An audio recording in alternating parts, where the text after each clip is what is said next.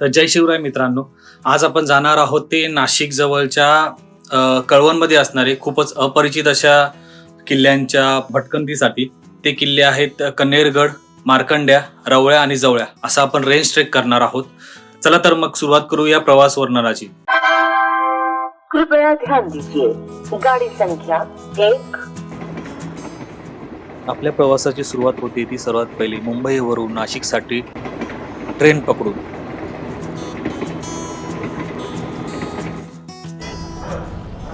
Nashik road स्थानकात उतरल्यावर आपण सर्वात पहिली सिटी बसने जातोय ते नाशिक CBS स्थानकात. तिथूनच आपल्याला कळवणची बस पकडायची आहे. जागा दे मला.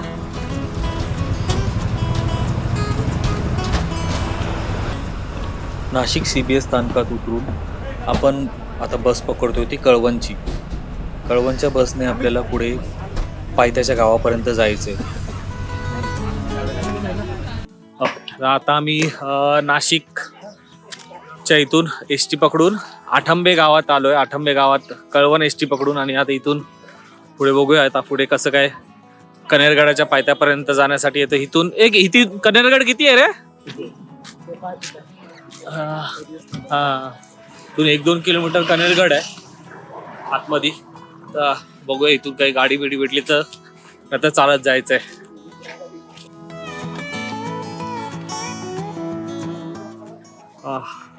या हायवेला आहे आठंबे गावात उतरलोय आणि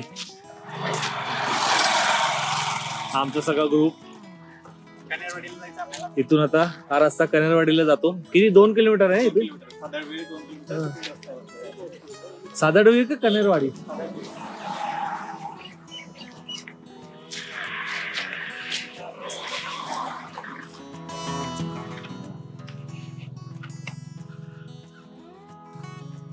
गाडी तर काय मिळाली नाही.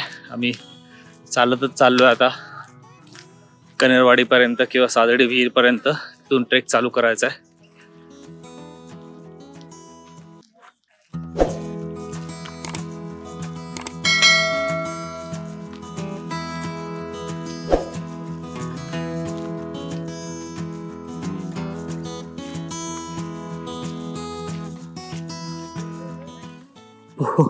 पोरांना इथे चिंचेचं झाड दिसलंय, चिंच काढतात.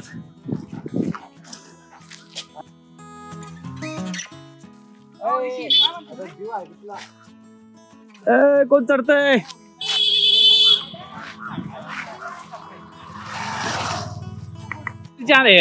मसाला विसाला आणलाय का? Hello guys. रे रिची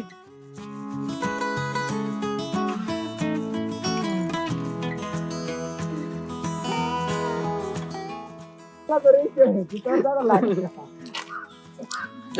म्हणलं तुला, तू खुशांची तर झालं गेला.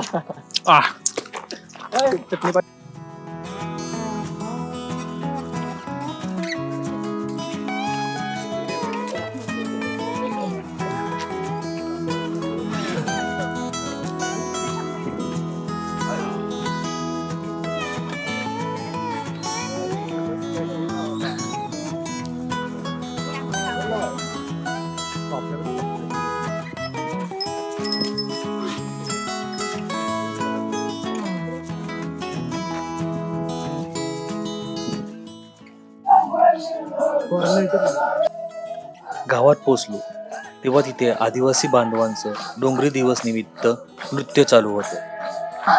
काय चालू? थोडा वेळ तिथेच बसून ते नृत्य पाहत राहिलो.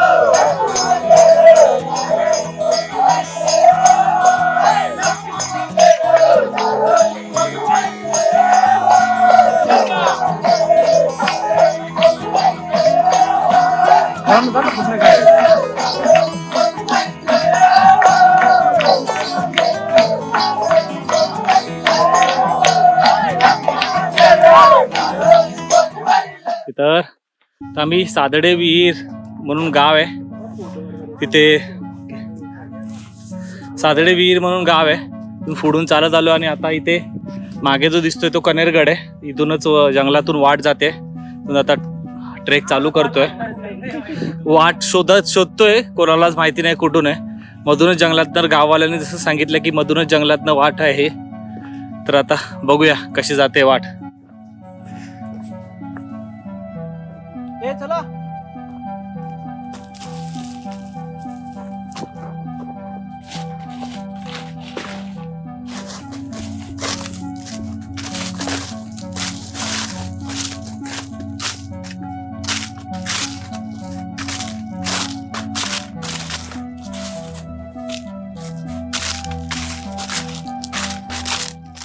तर आता आम्हाला चालू करून एक जवळपास हर्ष 5-10 मिनिटं झाली आहेत. मालमेशी मार्ग. हा, आणि ही सुरुवाती चढाई जरा कठीण आहे, अंगावर येणारी आहे. खालती हायवे, तर तिकडे नृत्य चालू आहे आदिवासी बांधवांचं.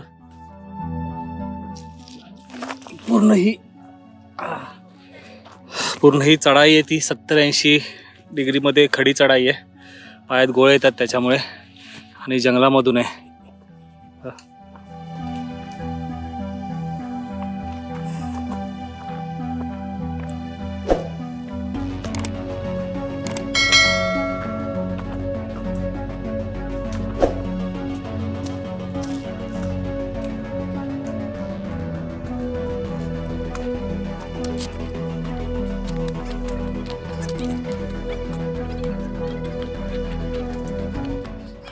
तर आता आम्ही 2 डोंगराच्या खिंडीमध्ये येऊन पोहोचलोय आणि समोर इथे धोडप दिसतोय.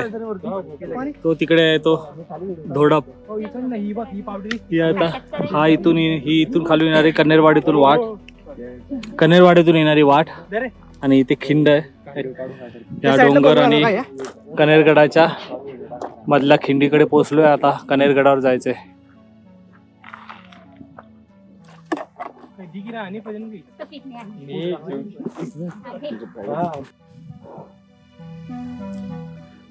कनेरगडाची चढाई पूर्ण अंगावर येणारी आहे.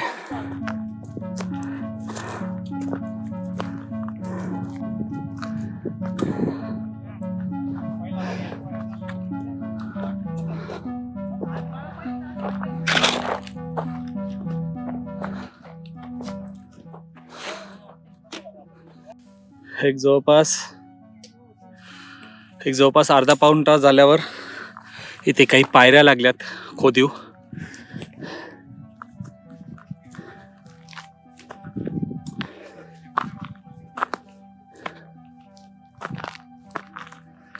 दगडातल्या खोदलेल्या पायऱ्या आहेत.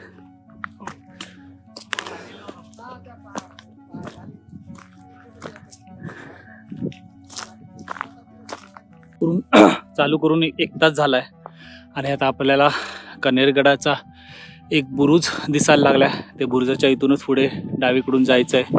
हा इथे कनेरगडाचा बुरुज चे अवशेष दिसत आहेत आणि इथून आता डावीकडून तसं जायचंय.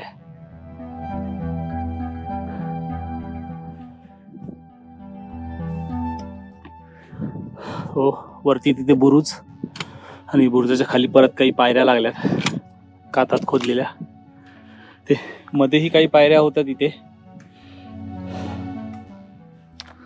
आणि इथे परत आता पायऱ्या.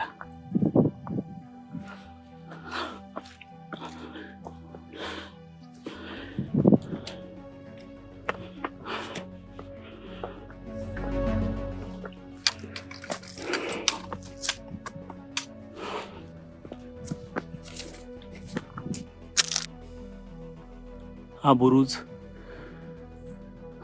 अर्धा खडकात खोदलेला, अर्धा बांधून काढलेला आहे.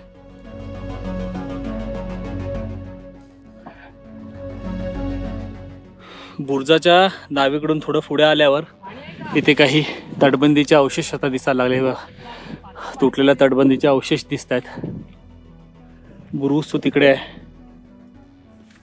डावीकडून वरती आलोय आणि इथे हे तटबंदीचे अवशेष आहेत. ही तटबंदी आहे आणि इथे हा कदाचित ते गडाचा पहिला दरवाजा असावा असे अवशेष दिसतात, पण आता त्याचे काही असे काही अवशेष नाही राहिलेत. पण पायऱ्या आहेत, तटबंदी आहे, म्हणजे हा कदाचित गडाचा पहिला दरवाजा असावा.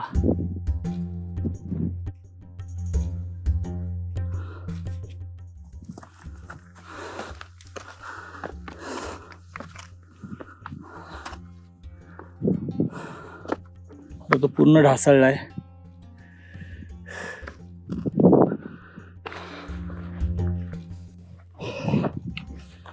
या ढासळलेल्या तटबंदीतून आतमध्ये आल्यावर इथे एक सुकलेला पाण्याचा टाका आहे. पाणी नाही त्याच्यात आता. हे पुढे पायऱ्या दिसत आहेत गडावर जायला. ही इथे डावीकडे सगळी तटबंदी आहे ढासळलेल्या अवस्थेत.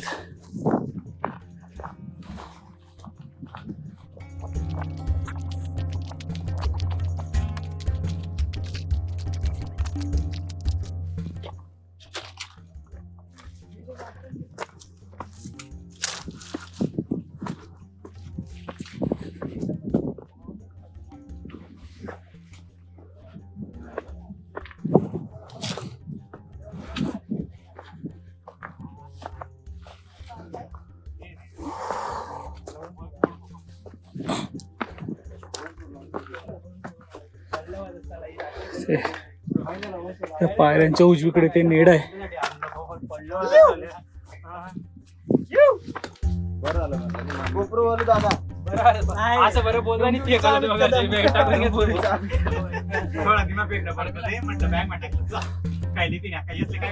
नाही तसं नाही, मग मी पॅकायला इकडे आला.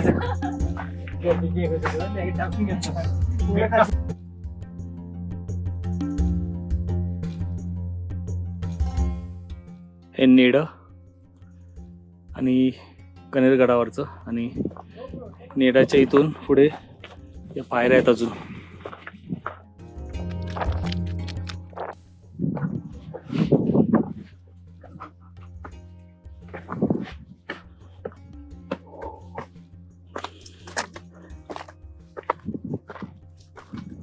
कनेरगड हा पूर्ण असा लांबरून पसरलेला आहे. कनेरगडावर हे असलेले एक ते दोन दगडी आहेत. त्यांचं प्रयोजन काय ते कळत नाही, पण हे दगडी आहेत दोन मोठ्या अशा उभ्या.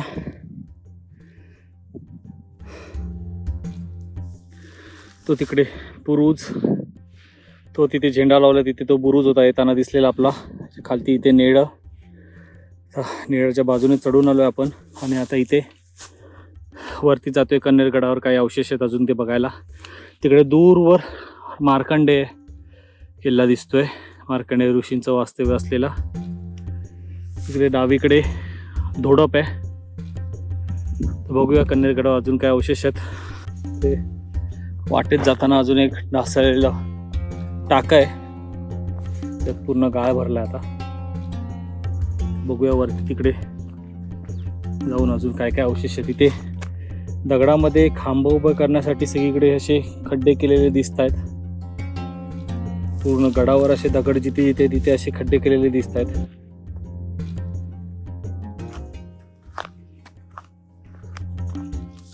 कनेरगडाचा इतिहास तसा बघायला गेलं तर फार गौरवशाली आहे.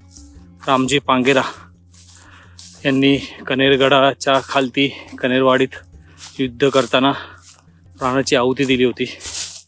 कनेरगड शिवरायांनी 1670च्या सुमारास जिंकून घेऊन स्वराज्यात सामील केला. पुढे 1672च्या जानेवारी महिन्यात मोगलांचा मातब्बर सरदार दिलेर खानाचे लक्ष कळवण नांदुरी मार्गावरील छोट्या कनेरगडाकडे गेले. एका झडपेत हा किल्ला आपण 10,000 सैनिकांच्या मदतीने जिंकून घेऊ असा आत्मविश्वास दिलेर खानास वाटला व त्याने मोगलांच्या नेहमीच्या पद्धतीप्रमाणे कनेरगडास वेढा घातला. यावेळी कनेरगडाचा किल्ल्यावर होता रामजी पांगेरा व त्याच्यासोबत गडावरची मराठ्यांची शिबंदी होती फक्त 800 ते 1000. कनेरगड अपुऱ्या साधनसामुग्रीमुळे आपण जास्त दिवस लढवू शकत नाही हे रामजी जाणून होता. त्यामुळे रामजीने ठरवले की काही हशम घेऊन मोगलांच्यावर तुटून पडायचे. रामजीने गडावरील मावळ्यांना एकत्र करून आव्हान केले, निदान करायचे, आपण सोबती असतील ते उभे राहा. आणि तब्बल 700 मावळे या दिव्यात रामजीबरोबर उडी घेण्यास तयार झाले. इकडे दिलेर खानाचे लक्ष गडाकडे लागले होते आणि आश्चर्य, एके दिवशी गडाचे दरवाजे खाडकन उघडले व वरून लोंढ्यासारखे रामजीचे मावळे दिलेर खानाच्या फौजेवर तुटून पडले. आश्चर्य म्हणजे हे सर्वजण कमरेचे वस्त्र तेवढेच ठेवून उघडे बोडकेच होते, हाती नागव्या तलवारी, पोटावर हर हर महादेवचा पुकारा करीत ही रामजीची सेना मोगलांवर आकाशातून वीज कोसळावी तशी सपकन कोसळली. आता ध्येय एकच होते, दिसेल तो शत्रू कापून काढून चंडिकेला प्रसन्न करायचे. तब्बल 1 प्रहर हे युद्ध चालले. त्याचे वर्णन करताना सभासद म्हणतो, टिपरी जैसी सिंग्याची दणांते तैसे मावळे भांडले. हे हान अशा शब्दांनी चेवजा वाढवला जात होता. एक मावळ्याला 20-20 जखमा झाल्या. तब्बल 1200 मोगल सैनिक कापले गेले. रामजी पांगऱ्याचा पराक्रम बघून तर दिलेर खान थक्क झाला आणि खाडकन त्याच्या डोळ्यासमोर पुरंदरचा मोरारबाजी देशपांडे आला. शेवटी मराठ्यांनी पराक्रमाची शर्त करीत कन्नरगड स्वराज्यात राखला. पुढे 23 डिसेंबर 1682 मध्ये मोगल सरदार इज्जत खान यांनी कन्नरगड घेण्याचा प्रयत्न केला, पण याही प्रयत्नात मोगलांना यश आले नाही. इथे वर आल्यावर काही वाड्याचे चौथरे दिसत आहेत. इथं रस्ते पसरलेले दगड आहेत, तिथे हे वाड्याचे चौथरा आहे. आता आपण जिथे चालतोय तो वाडाचा सेवा एखाद्या किल्लेदाराचा हा पूर्ण.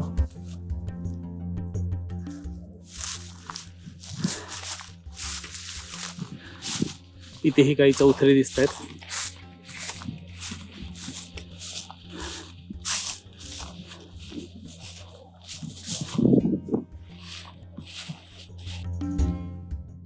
ते वर अजून एक वाड्याचे चौथरा दिसतोय.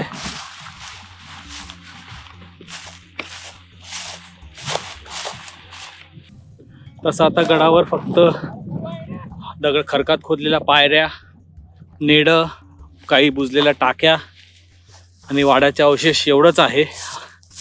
आणि एक तिथे मंदिर दिसतंय, बघूया. एक तळ आहे इथे. काय तिकडे? कुठे? हा जाऊया ना.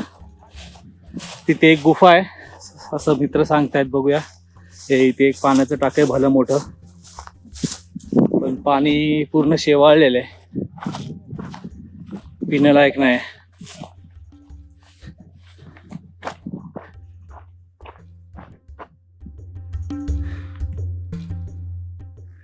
पुढे एक झेंडा लावलेला दिसतोय. तिथे कदाचित टाक्याच्या पुढे एक झेंडा लावलेला दिसतोय. तिथे पुढे कदाचित एखादं मंदिर किंवा पिंड असावी.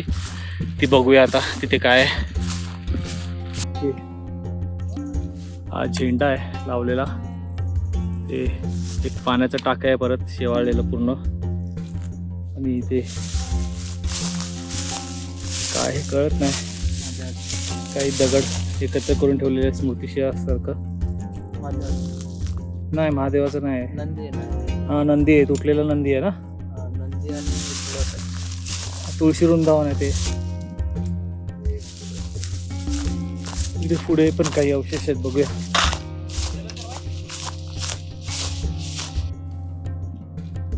तो तिकडे झेंडा आणि त्याच्या बाजूला हे बांधीव पाण्याचा टाका आहे. हे पाणी पिण्याचं आहे, पिऊ शकतो, म्हणजे साफ आहे तसं.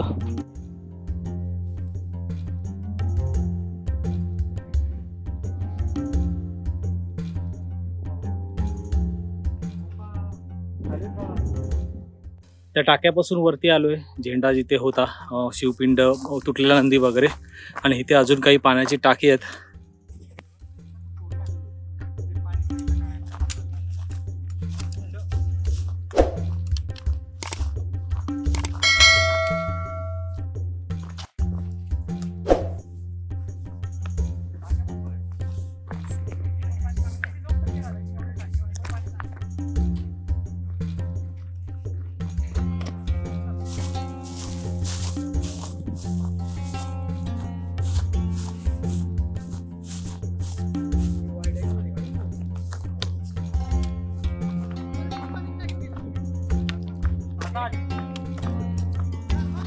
नाही जास्त आहेत, 7-8 बघितले, 7-8.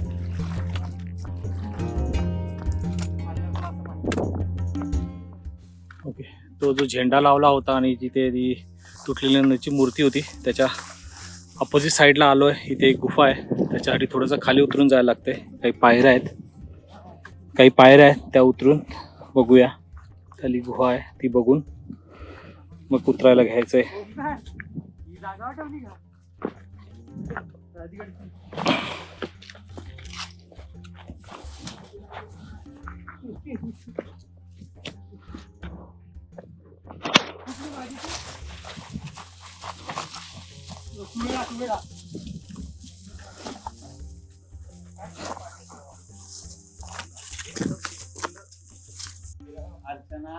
ही थोडीशी अवघड चढण उतरल्यावर इथे काही गुहा आहेत कन्नेरगडावर. कदाचित पाण्याच्या टाक्या असाव्यात. हा, पण पाणी सुकलंय आता.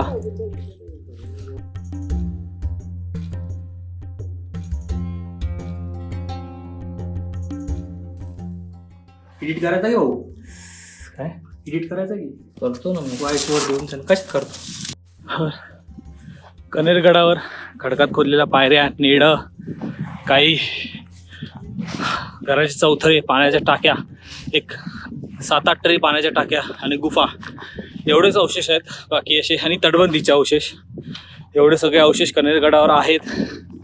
एक गड फिरायला अर्धा पाऊण तास 1 तास बस होतो. आता आमचं सगळं बघून झालंय पूर्ण गड फिरून. आम्ही आता आलेल्याच वाटेने उतरायला घेणार आहोत आणि इथून जमलं तर वनी सप्तशृंगीचं दर्शन घेऊन आजचा मुक्काम मार्कंडेय पर्वतावर आहे, मार्कंडेय गडावर आहे. तर चला बघूया कसं काय जमतंय. आता आल्या वाटेनेच उतरायचं आहे आणि मग पुढे बघू कसं काय वणीला जायला काय मिळतंय. वाहन त्याच्याने वणीला जायचं आहे.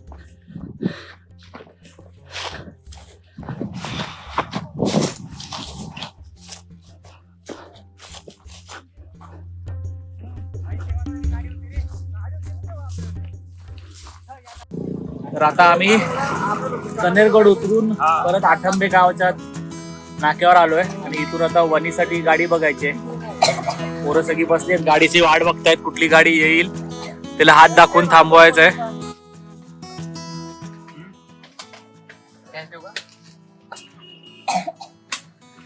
तर तिथे वणीला जाऊन सप्तशृंगीचं दर्शन घ्यायला भेटलं तर दर्शन घेऊन तिथून बाबूपूरच्या खिंडीत उतरायचं आहे ना. तिथून बाबूपूरच्या खिंडीत उतरायचं आहे. नवीन वाट मार्कंडेयला जाण्यासाठी. आज मार्कंडेयला स्टे आहे. पोरांना टेम्पो भेटलाय नांदुरीला जायला वणीसाठी.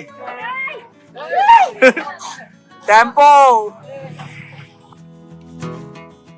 आज टेम्पोतनं सवारी आहे. आयशर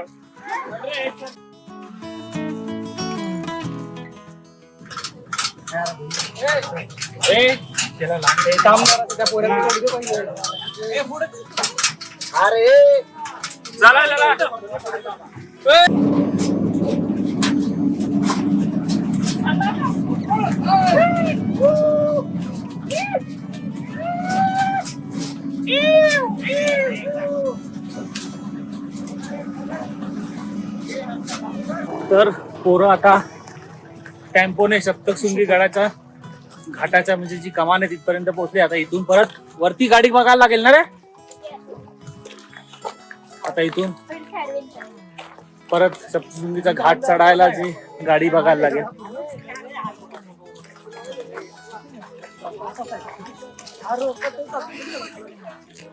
सप्तशृंगी गड इथून 10 किलोमीटर. टेम्पो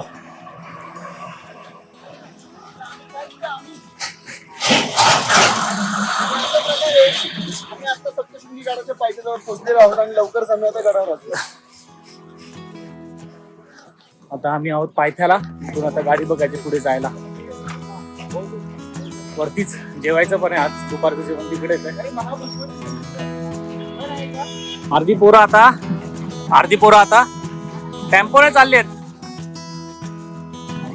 सप्तशृंगीला जायला पोरं आयशर मधून जातात. आयशर नाही, आयशर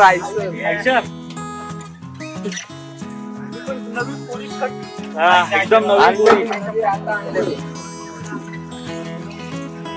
अर्धी पोरं किया मधनं गेले. कारण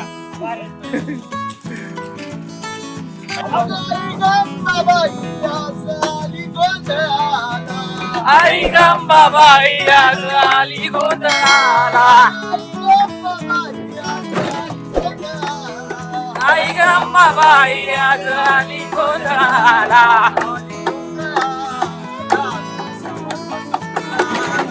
आली गोंधळाला माझ्या वाजवा संबळाला हलकी वाल्या दादा हलकी बाजी जोरात हलकी वाल्या दादा हलकी बाजी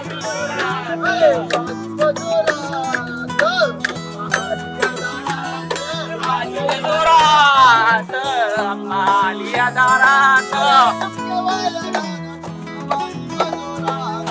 हलकी वाल्या दादा हलकी बाजी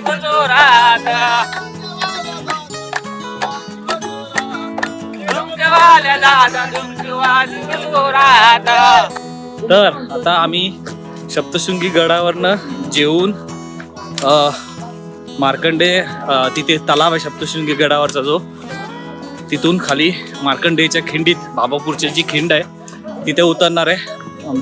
मार्कंडे गडावरच्या अर्ध्यावर जे आश्रम आहे तिथे आज राहायला जायचा प्लान आहे.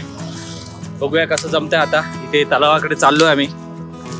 पोरं सगळी बॅग बिग घेऊन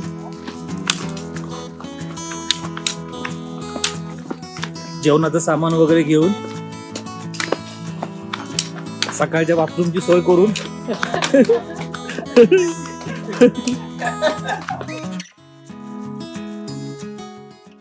तो समोर दिसते ते मार्कंडे पर्वत. आता त्याच्याच इथे खिंडीत उतरायचंय. इथे हे तलावाचा परिसर पूर्ण मागे सप्तशृंगी गड आणि बाजूला सुनी. त्या तलावाचा पूर्ण परिसर इथून आता खिंडीत खाली उतरून परत मार्कंडे पर्वत चढायचा आहे.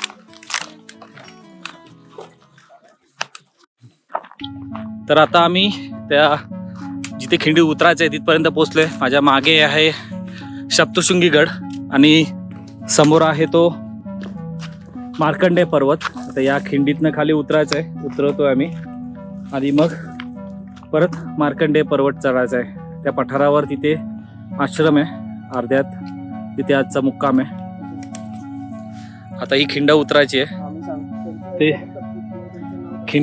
खिंडीत जायला पायऱ्या खोदलेल्या आहेत, म्हणजे ती वाट पहिले वापरत असणार.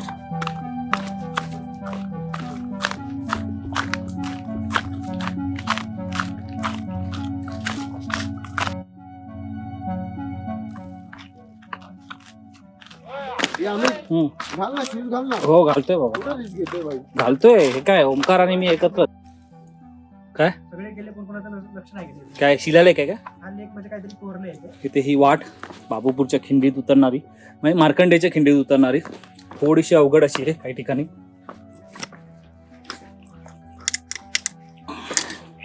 इथे एक शिलालेख काहीतरी कोरलेलं आहे, शिलालेख सारखं.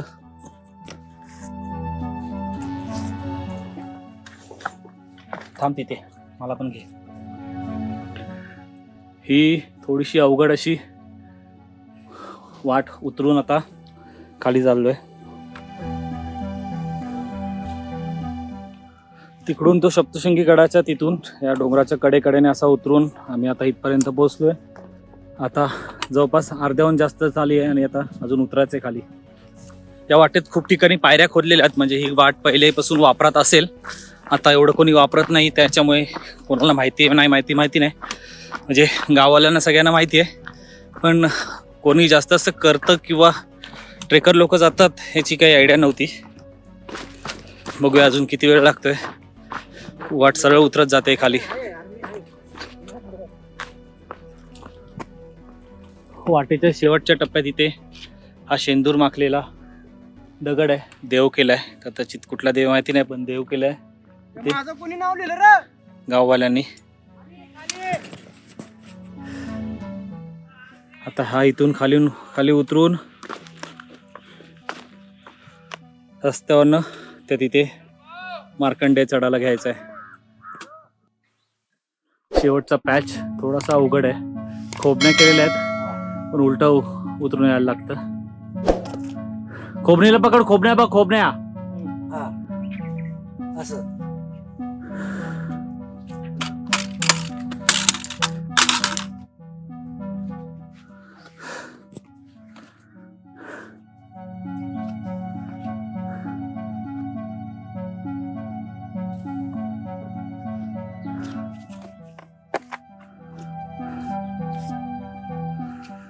खोबण्यात पकड. हा खालती आहे बघ, खालती आहे बघ, खालती आहे बघ. आता खाली बघ.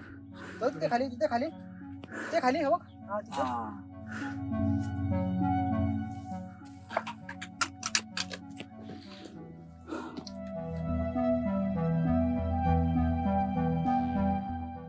तर आता आम्ही ही पूर्ण वाट उतरून खिंडीमध्ये आलोय. म्हणजे सप्तशृंगी गड आणि मार्कंडेय पर्वत, हा सप्तशृंगी गड आणि मार्कंडेय पर्वताच्या खिंडीमध्ये ही वाट जाते, गाडी वाट आहे. आता आम्ही ही वाट उतरून आलोय आणि ही वाट चढून जायचंय. या पोरं चढतायत आपली मार्कंडेय गडावर, आश्रमपर्यंत जायचंय. बघूया, काळोख व्हायच्या अगोदर पोचण्याचा प्लान आहे, विचार आहे. म्हणजे बघूया किती वेळ लागतोय. आता अंधार व्हायच्या अगोदर आश्रमापर्यंत पोचायचंय. चला बघूया आता किती वेळ लागतोय. तर त्या खिंडीतनं चढून आम्हाला एक 10-15 मिनटं झालीत. आता चढण एकदम अंगावर येणारी आहे. पण वाटेत ठिकठिकाणी असे बाण केलेले आहेत. कोणीतरी पहिले जो येऊन गेलाय त्यांनी असे ठिकठिकाणी बाण केलेले आहेत. त्यामुळे चुकण्याची काही शक्यता नाही आहे.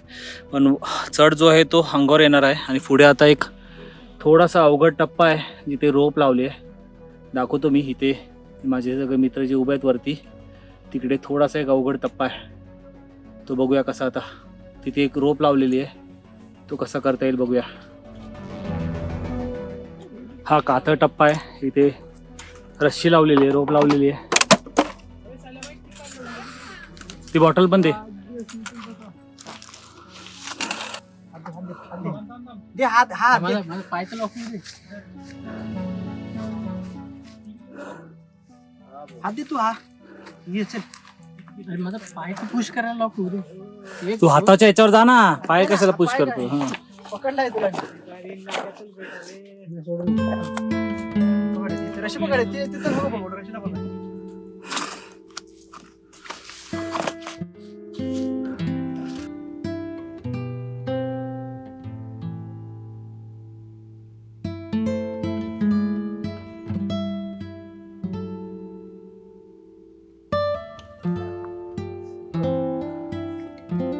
येतोच.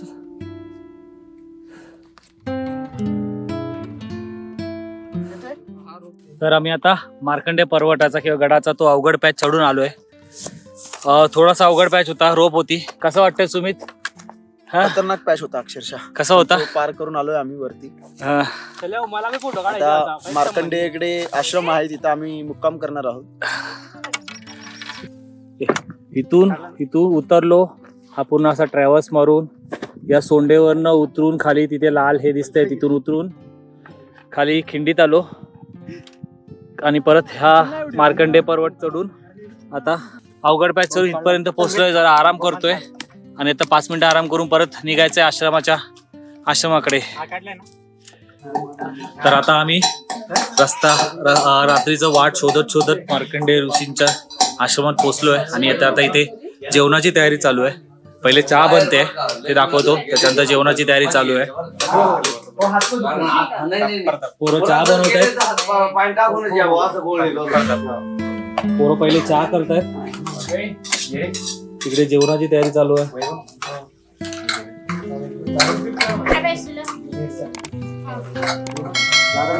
वैभव भाऊ आणि गोकुळ भाऊ जेवणाची तयारी. लाईट आणा स्वतः. तुला काय सांगतो सभा, तुला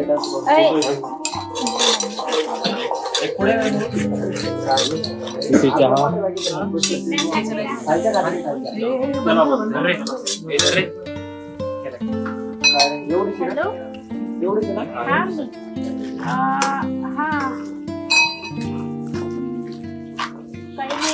चला आता जेवणाचं चालू आहे.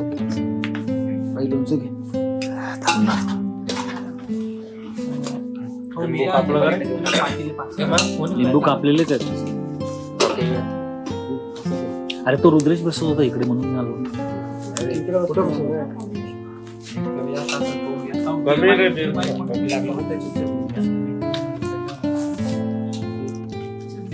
हे लिंबू खोल ना, लिंबू खोल.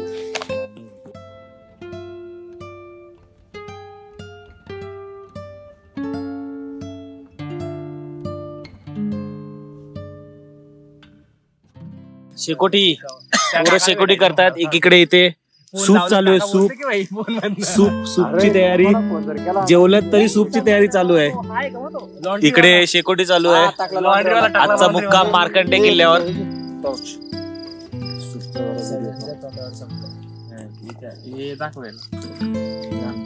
बाबाचा चेहरा फुल त्याला टोपी घालेल आज वाटलं सगळे कट करेल.